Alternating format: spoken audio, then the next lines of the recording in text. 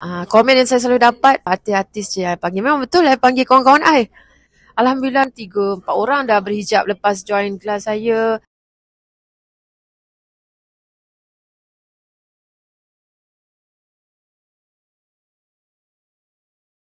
Buat majlis ceremony nampak macam senang.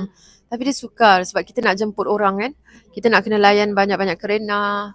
Tapi saya percaya tu semua satu usaha yang Allah akan pandang lah. Macam saya buat kat rumah, tadabur. Selalunya saya panggil kawan-kawan selebriti. Tapi Alhamdulillah, walaupun diorang belum berhijab, walaupun diorang belum berhijrah, tapi diorang nak join. Saya ada dekat position diorang sebelum ni. Nak belajar.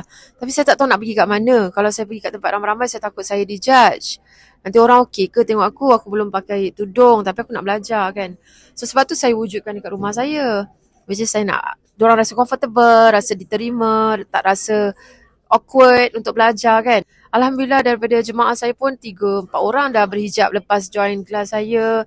Allah buka pintu hati diorang, dapat ilmu. Diorang semua nak belajar, diorang semua nak jadi baik, diorang semua nak berhijrah. I memang nak ajak artis-artis sebab itu kawan-kawan I, circle I. Lepas tu memang niat I nak artis-artis ni tunjuk yang diorang pergi majlis ilmu. Lepas saya kahwin, suami saya tak izinkan saya berlakon. Sebab tu saya just fokus kat bisnes dengan dekat family lah. Berarti nak encourage orang untuk belajar agama, dekatkan diri dengan Al-Quran and slowly faham ilmu agama ni. Kalau orang amalkan akan jadi saham ke akhirat nanti. Betty bukan buat ni sebab Betty baik, sebab Betty banyak dosa.